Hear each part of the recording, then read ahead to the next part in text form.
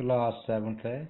ये आपके लिए एक नया शब्द स्टार्ट हो जाएगा। वो वस्तु चित्रण, स्टिल लाइफ वस्तु चित्रण। तो छठी में हमने कुछ गिलास, ऐसे गिलास का चित्र बनाया था या कुछ डिब्बे के चित्र बनाए थे, ऐसे कुछ चित्र हमने बनाए थे। लेकिन अब ये एक नई आपकी टॉपिक स्टार्ट होगा है। तो ये प्रैक्टिकल है। ये प्रैक्टिकल वहाँ पे क्लास में बैठ के हम इसका ग्रुप बनाते हैं। तो फिलहाल तो हम आपको इसकी आज इंट्रोडक्शन ही मैं करवाऊँगा। देखिए, वस्तु चित्रण में क्या होता है कि जो एक तो वस्तु चित्रण उन वस्तुओं का होता है जो वस्तुएं बिल्कुल क्या होती हैं, स्थिर होती हैं। स्थिर वस्तुओं का ये वस्तु चित्रण किया जाता है जो बिल्कुल निर्जीव हैं, अपनी जगह खड़ी हैं। तो कुछ प्रश्न आपको इसके मैंने एक एक नंबर के लिखवाए हुए हैं। तो अब कुछ प्रश्न आपको क्लियर हो जाएंगे कि क्या क्या लिखवाया हुआ था मैंने वो। अब कुछ तो देखिए, वस्तु चित्रण में ये जो हम यहाँ वस्तु रखते हैं सामने हमारे, जैसे किताब रखी हुई है, कुछ रखा हुआ ऑब्जेक्ट रखा हुआ, उसके ऊपर एक गिलास रखा हुआ है। तो इस ऑब्जेक्ट को हम सामने रखते हैं। आपने देखा भी होगा कई बार हम सेटिंग करते हैं, जब बच्चों को देखा भी होगा आपने बैठे हुए कि वो स्टिल लाइफ में बैठे हुए हैं या वस्तु चित्रण कर रहे हैं। तो इस तरह की सेटिंग की जाती है वहाँ पे। तो ये एक्स वाई लाइन के ऊपर जहाँ हम कोई चीज़ रखते हैं, ये आपकी ग्राउंड लाइन है, एक्स वाई लाइन। तो ये 22.5 डिग्री के ऊपर ये पहला बच्चा जो बैठता है वो 22.5 की डिग्री के ऊपर बैठता है। और इस फर्स्ट ये ऑब्जेक्ट की और इस बच्चे के बीच की दूरी होती है 2 मीटर। ये याद रखना, हमने प्रश्न लिखे भी हुए हैं कि वस्तु चित्रण में पहली पंक्ति और वस्तु के बीच की दूरी कितनी होती है, 2 मीटर। तो ये वो 2 मीटर है। ये वस्तु सामने रखी हुई है, उसके बीच की जो दूरी है वो 2 मीटर है, 2 मीटर है। तो इस तरह ये एक नंबर बैठ जाता है 22.5 डिग्री के ऊपर। इस तरह 2, 3 और इसका डिवीजन किया जाता है, एंगल के ऊपर बैठते हैं सारे। हर बच्चे की स्टिल लाइफ या वस्तु चित्रण अलग अलग बनता है। लेकिन एक बात और है, ये जैसे नंबर 1 है, इसका नंबर 7 के साथ रिवर्स होगा। जो ये बनाएगा इसका उल्ट बनेगा, बिल्कुल इधर रिवर्स बन जाएगा, इसका उल्ट बन जाएगा। इसी तरह नंबर 2 पे जो बनाएगा वो नंबर 3 का रिवर्स होगा। ये नंबर 3 और 5 का आपस में रिवर्स होगा, या इनका आपस में बनेंगे एक जैसे, लेकिन एक दूसरे के उल्टे बनेंगे। और नंबर 4 का सबसे अलग रहेगा, ये किसी के साथ भी नहीं मेल खाएगा। ये समानांतर स्थिति में हम वस्तु चित्रण जब करते हैं तो वस्तुएं जो होती हैं, इस वस्तु चित्रण जो है कि 2 स्थितियां होती हैं। एक समानांतर स्थिति में होती है और एक असमानांतर स्थिति में होती है। ये मैंने एक ऑब्जेक्ट रखा हुआ, देखिए। तो देखिए, जब हम मान लो हम बिल्कुल यहाँ सामने बैठे हुए हैं, तो ये अब हमारी समानांतर स्थिति में जा रहा है। ये हमें इसकी दोनों लाइनें जो है समानांतर दिखाई दे रही हैं।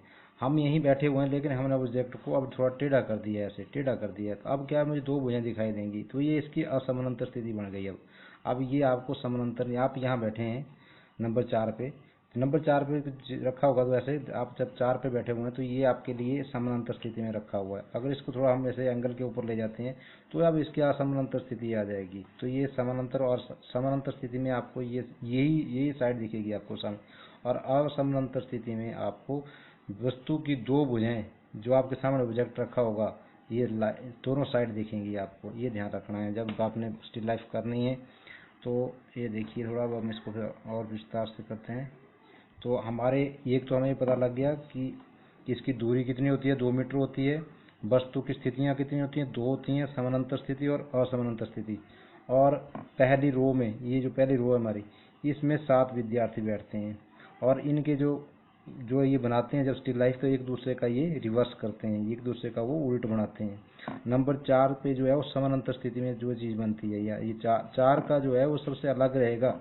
ये किसी इसके ऊपर कोई एंगल के ऊपर नहीं बनेगी इसकी। अगर ऑब्जेक्ट अगर आगे पीछे किया होगा तो बात अलग है, लेकिन अगर सीधा रखा हुआ ऑब्जेक्ट तो यहाँ समानांतर स्थिति में ही बनेगा।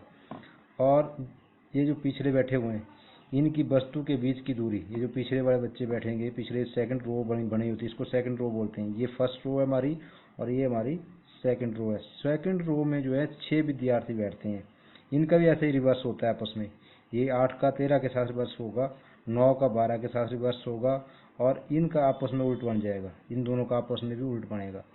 तो इनके बीच की दूरी, वस्तु और बच्चे के बीच की जो दूरी होती है 2.960 मीटर होती है। 2.90 सेंटीमीटर बोल रहे हैं इसको, या 2.99 मीटर बोल रहे हैं, ये आपकी मर्जी है। तो ये इस दोनों अब 3-4 बातें हम क्लियर कर रहे हैं कि पहली पंक्ति में 2 मीटर होती है, दूसरी पंक्ति में 2.9 मीटर होती है। पहली पंक्ति में 7 विद्यार्थी बैठते हैं, सेकंड रो में जो है 6 विद्यार्थी बैठते हैं। पूरे ग्रुप में जब बोलेंगे वस्तु चित्रण के पूरे ग्रुप में या पूरे कुल कितने विद्यार्थी बैठते हैं, तो 13 विद्यार्थी बैठते हैं। ये देखिए, ये 13 लिखा हुआ है यहाँ पे। तो पूरी जब बात आएगी पूरे ग्रुप में कितने बैठते हैं, तो पूरे एक ग्रुप में 13 विद्यार्थी बैठते हैं। तो एक तो हम इनकी स्थितियों के बारे में समझ गए कि ये स्थितियाँ क्या होती हैं, समानांतर स्थिति क्या होती है, असमानांतर स्थिति क्या होती है। समानांतर स्थिति में वस्तु जो है बिल्कुल सीधी रखी जाएगी, उसको ये सामने से दिखेगा उसको आपका, लेकिन असमानांतर स्थिति में आपको ये ऐसे दिखेगी। मैं आपको एक चित्र और दिखाता हूँ, समानांतर और समानांतर आप क्लियर कर जाएंगे। आपका सामने बड़ा पेज है, तो ये जो बनी हुई है ईंटें बनाई हुई हैं सामने, तो ये समानांतर स्थिति में बनी हुई है।